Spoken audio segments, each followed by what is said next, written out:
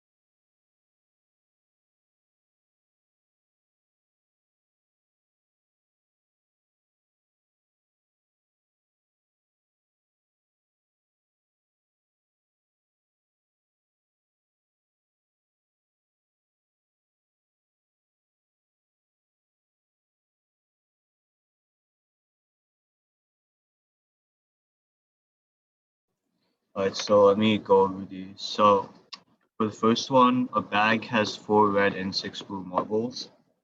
What is the probability that if a marble is selected without replacement and another is selected, after that, they are both the same color? Okay, here we can solve this problem by counting the outcomes, but let's instead solve it by multiplying probabilities. So basically, first we need to um, find the probability that both are red. So the probabilities that both marbles are red is P is the probability that both are red equals the probability of the first being red multiplied by the probability of the second being red after the first one. So then the probability that the first marble is red is 4/10. And since we only have 9 marbles left after we take the red one out, and there's 3 red marbles left, so the probability that the second marble is also red is 3/9. So we multiply these together, and what we get is we get 2/15. So that's the answer for the first one.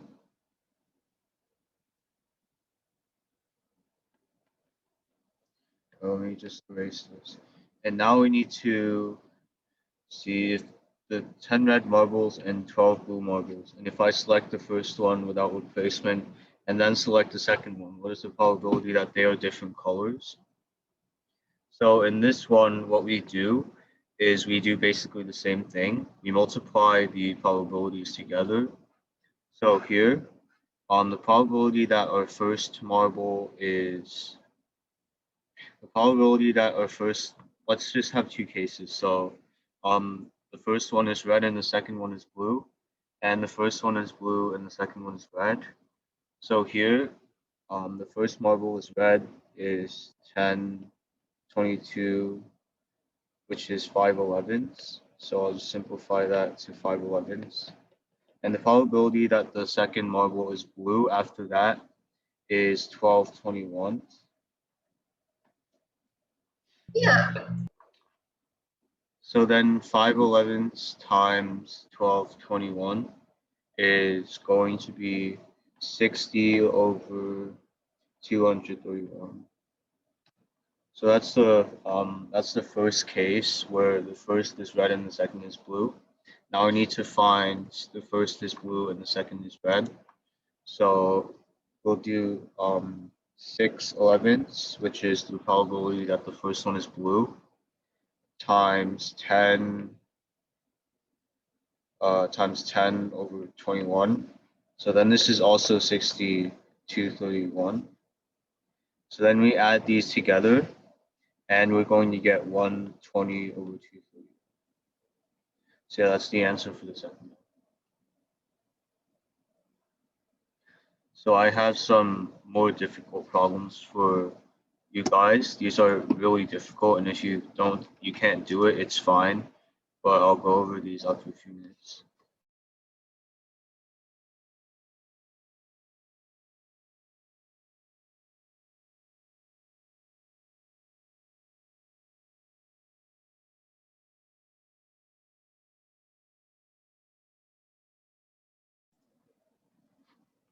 Yeah, 120, 231.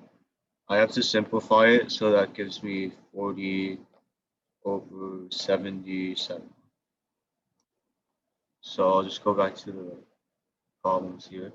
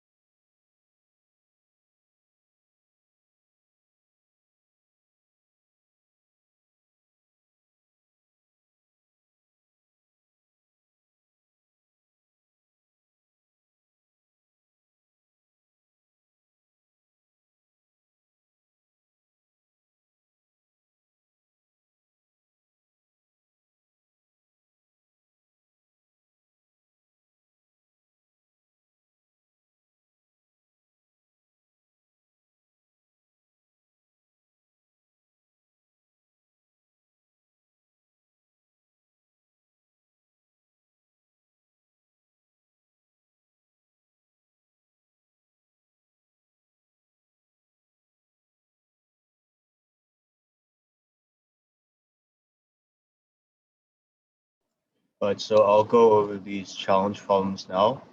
So the first one, Becky lives in an area with a clear sky.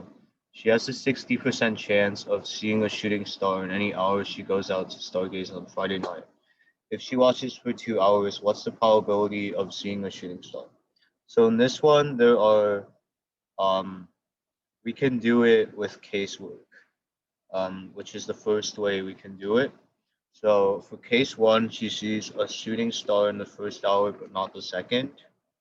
So the probability that that happens is we can just multiply the probabilities. So 3/5 times 2/5 equals 6/25, which is the probability that she sees one in the first. She sees a shooting star in the first hour, but not the second. And case two, she sees one in the second hour, but not the first. It's going to be the same. So just 6/25 again. And case three is she sees a shooting star both times. So that's 3/5 times 3/5, which is 9/25. So then we add these all together, and we're going to get 21/25, which translates to 84%. So that's the answer. But there's another way we can do this, and not with casework, but with complementary probability. So let me just demonstrate that. An easier way to do it is with complementary probability. So it is easier to calculate the probability that Becky doesn't see a shooting star either way. So we multiply 2/5 times 2/5 equals 4/25, and then we subtract that from 1. So 1 minus 4/25 is 21/25, which is 84%. So yeah, there are multiple ways of doing this, but there was a hard way and there was an easy way. All right, so 84%. And now we have the second problem, which is a lot harder. So she goes stargazing again on Saturday night. She can now have an 80% chance of seeing a shooting star. The probability of seeing one is uniform for the entire hour, which means it has the same chance. She has the same chance of seeing one throughout the entire hour, and that just totals up to 80% once the hour finishes. So what's the probability she'll see one within the first 15 minutes? So this one is a lot harder than it looks. So some people might say we just divide it by 4 and then that will be 20%, but that's not right, because we saw in the last problem that a 60% probability is an 84% probability over 2 hours, and that's just not the same thing. So now we just have to approach this problem more carefully. So what we're going to do is we're going to assign a variable to the unknown quantity that we're trying to compute, and we're going to set up some equations for that variable. So the probability that Becky sees a shooting star in the first 15 minutes is going to be P. And since the probability of seeing a shooting star is uniform throughout her stargazing, that's also the probability that she'll see a shooting star in the second 15 minutes, and so on and so forth. So we can already see that, so basically what we need to do is we can do casework here. So in case one, she sees a star in all 4 quarter hours, which would be P to the power 4. And case two is she sees a star in 3 of the 4 quarter hours, which would be P cubed 1 minus P. And case three is she sees a star in 2 of the quarter hours, which is P squared 1 minus P squared. And the case that she sees it in only one, which is P 1 minus P cubed. Because for the last 15 minutes, it has to be the case that she doesn't see the star. So then that would be the probability of 1 minus p.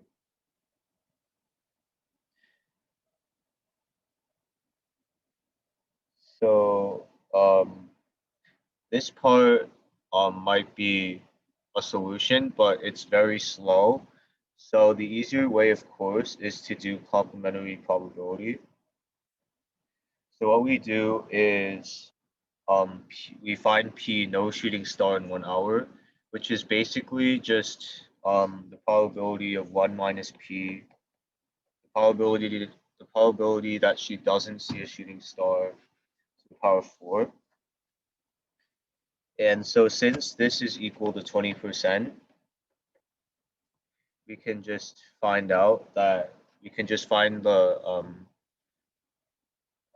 fourth root of 20%, and then that would be 1 minus p equals 1/5, the fourth root of 1/5. So then p would be equal to 1 minus the fourth root of 1/5. So yeah, that's the answer. And this one was pretty hard, so if you didn't get it, that was fine. Let's move on to summary. So the summary here is we can use many tools from counting to solve probability, like complementary counting, we can use casework and all that stuff. There are many mutually exclusive events which cannot happen simultaneously. And I taught you the formula last time, which is this. And the probability that the probability that A occurs plus the probability that A doesn't occur is always 1. And sometimes complementary probability is a lot easier than casework. So yeah. So now we have some more unique problems where you actually had to think before we dive into it. So a lot of problems you'll have to think about the problem first before you go solve it. And you can just use logic to solve it really easily. Some problems look really hard at first, but oftentimes you can just use your brain to think about it and then solve it in a really easy way. So here's an example. 2 fair 6-sided dice are rolled. What's the probability that the numbers on the 2 dice are the same? So this one might seem pretty hard at first, but so there's multiple ways of doing this, right? So the first way is we can count. So there's 36 total outcomes, and 6 of them are outcomes which both of the numbers are the same. So we know this is 1/6.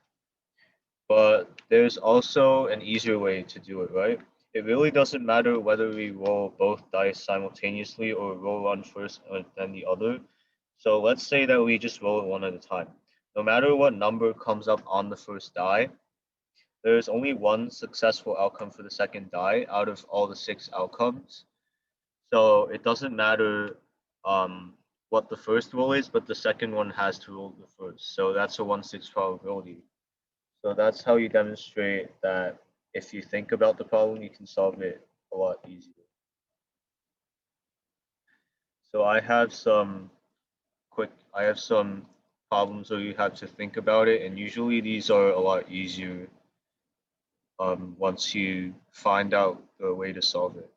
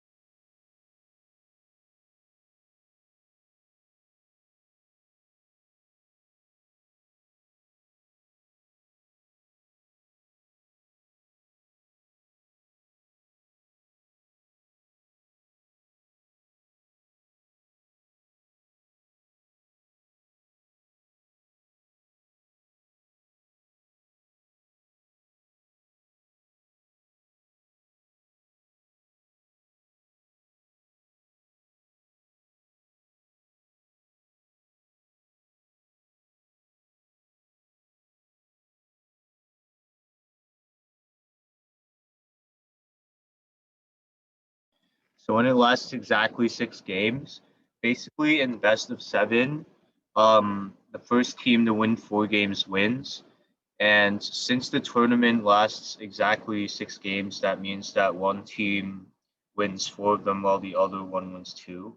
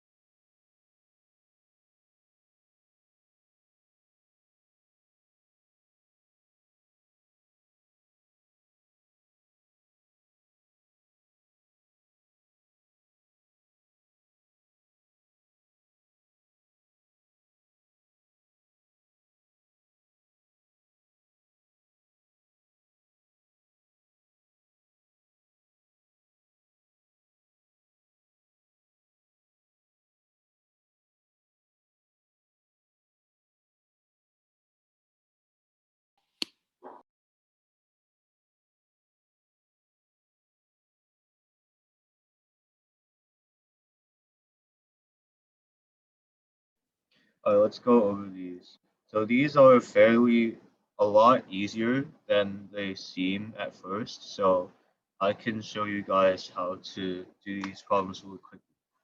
So here, the Grunners and the Screamers are once again playing for the Grand Championship, the tournament, where the best of 7 wins. Now each team has 1/2 chance of winning.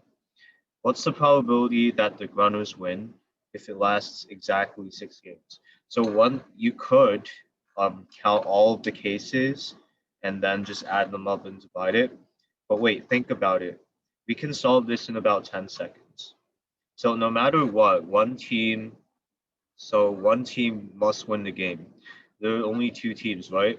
And each team has 1/2 chance of winning, which means that basically they both have the same chances winning. So if each team has 1/2 chance of winning a game, they both have 1/2 chance of winning the tournament. So basically that means that each team has 1/2 chance to win, which means the chance would be 1/2. Since they're both equally likely to win and, well, It's not like there's any other probability. So either one wins or the other wins, and they're equally likely to win. So second one, there are 11 students in a chemistry class, including these triplets. The teacher calls each of the students up one at a time for the final grade. What is the probability that Billy is the first of the triplets to get called up? So think about it. Each one of the students is just as likely to be called. Yeah, it doesn't change anything because they're both just as likely to win. So it's 1/2 either way. So each one of the siblings is just as likely to be called to the desk first as either of the others. Therefore, the answer is 1/3. So this one's also fairly easy. They all share the same probabilities, so just consider that they all have the same chance of being called up. So for the first problem, it's 1/2 because both of the teams have the same probability of winning.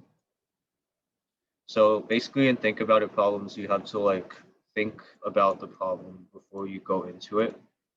So the third problem, this one's slightly harder. The 11 students get called up again, but this time Billy is in the bathroom and is unable to be called up as the first kid, but he gets back in time for everyone else. What's the probability he's the first triplet? So in this one, they're not symmetric, but basically what we want to do is, since we know that he can't be called as the first kid, we have to find the chance that one of the other triplets is called as the first person. So that chance, since there's 10 students that are able to be called and there's 2 triplets, there's a 1/5 chance that one of the other triplets is called in the first one. So basically, there is a 4/5 chance that one of the other triplets is not called, and now we just have all 3 triplets again. And since they all have the same chance again, it would be 1/3 of the 4/5. So we get 4/5 times 1/3, which is 4/15. So that's the answer for the third one.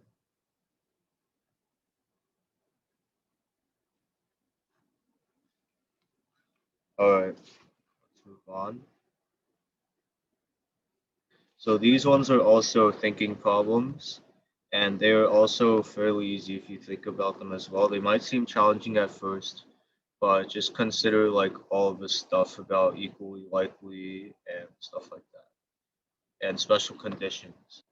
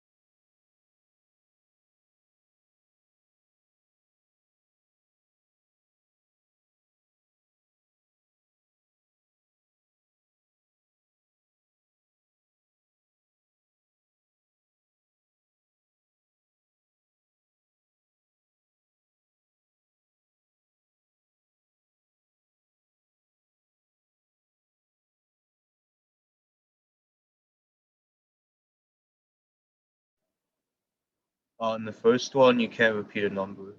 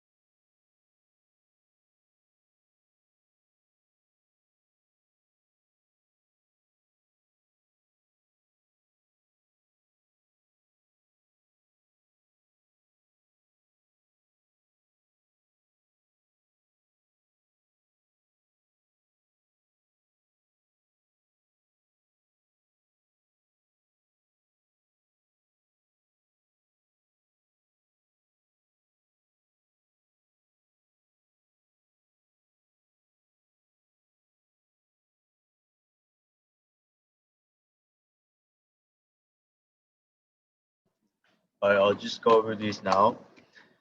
So here, these are more thinking problems. So the first problem, the numbers 1 through 8 are arranged to form an 8-digit number, which is a multiple of 5. So what is the probability that the number is greater than 6 million? So we can do this by counting, but that would be complicated.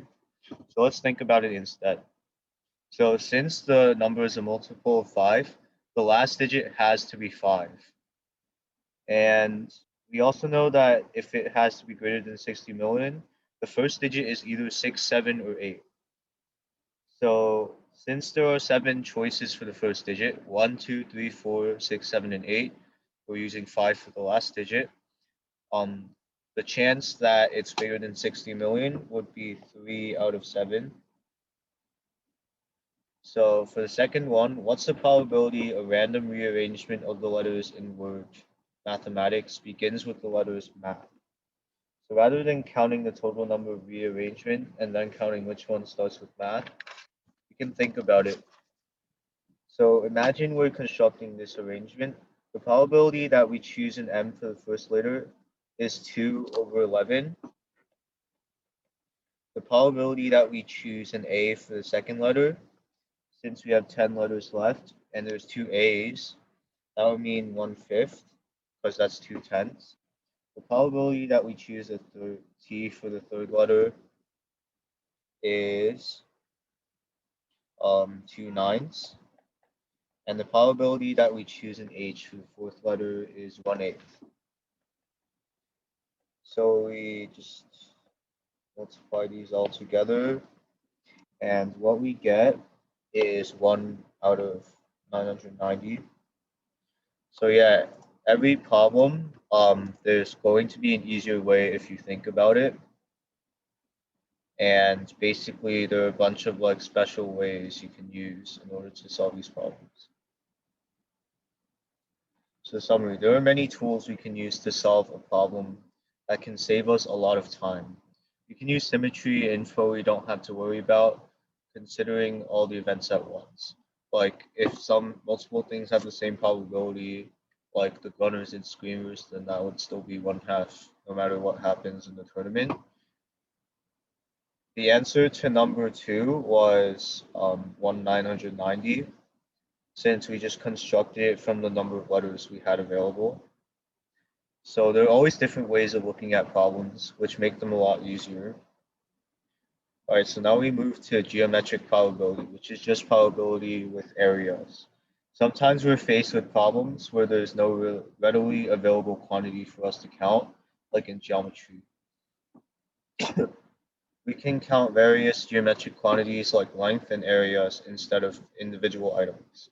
So the probability of success would still be same, which is the successful region, which is the area we want, over the possible region, where we replace the number of items with the size. So here's an example. What's the probability that a randomly chosen point on the line AC is closer to B than A? So basically in this problem, we first need to determine the region in which the condition is satisfied. In other words, in what region are the points closer to B than A? So basically the midpoint of A and B is going to be D. We'll just mark D here. And the distances are 2 and 2. And we want it to be closer to B than A, right? So it will be in this region where the point is closest to B, since the distance to B would be less than the distance to A. And since this region is 3 units wide and the region where it's closer to A is 2 units wide, the answer would be 3/5. So yeah, that's how geometric probability works. Now I have some more practice problems. These might not seem like geometric probability at first, but we can use geometry in order to solve these problems.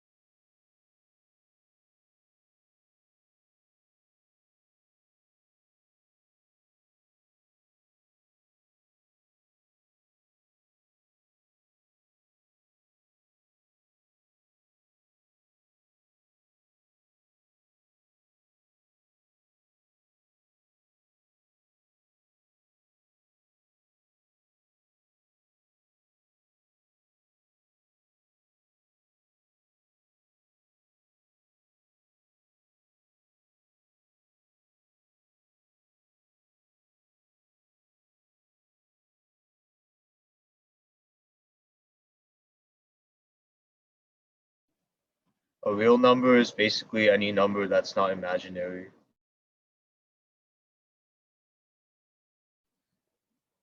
Like it could be like 1, 2, 3, or like the square root or something. Just anything that's not like a number. Just basically any number that's on the number line.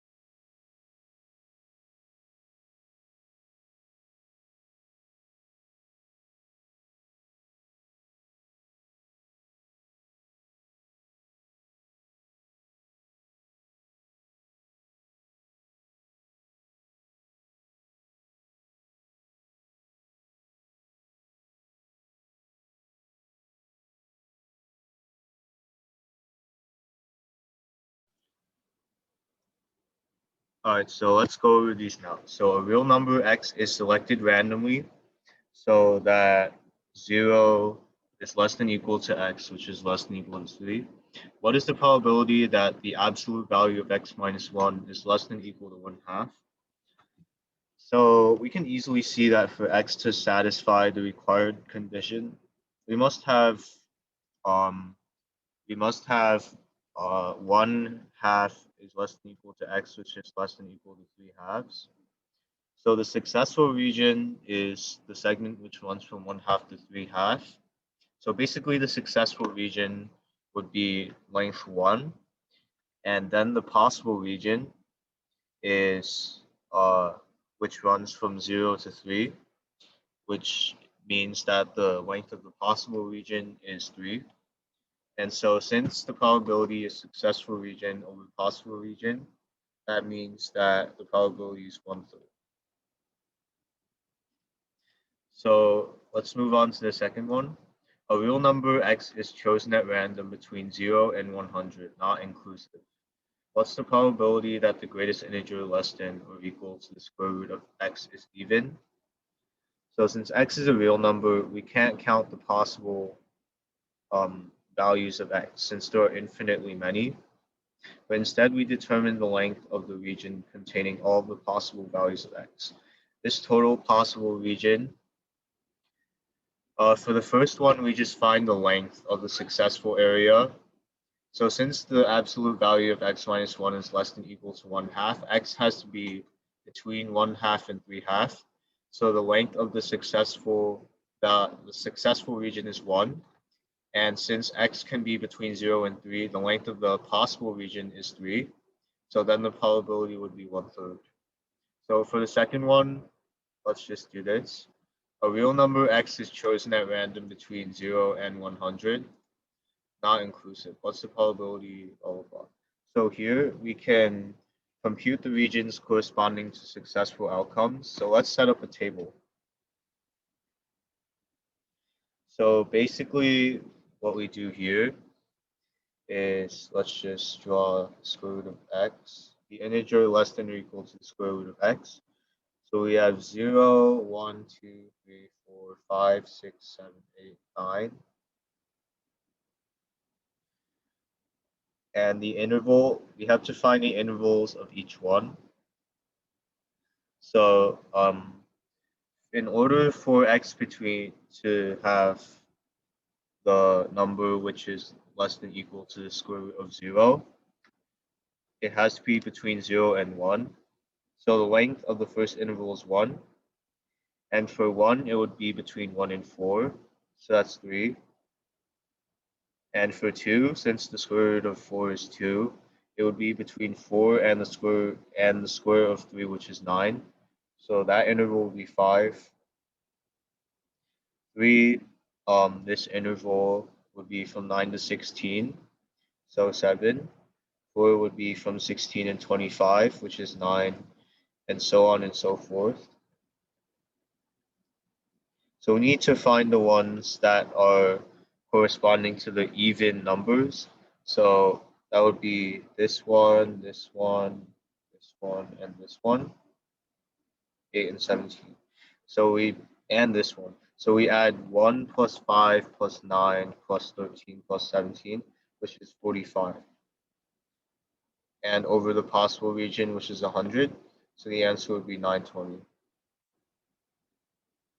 Yeah, it's not inclusive. There's no 100. And 0 itself isn't included, but anything, all the decimals above 0 are. So yeah. So basically, yeah, that's the second problem. 0 itself is not included, but it can be the lowest it could be an integer that's less than the square root of something. That's between 0 and 1. So anyway, that's how you do it. All right.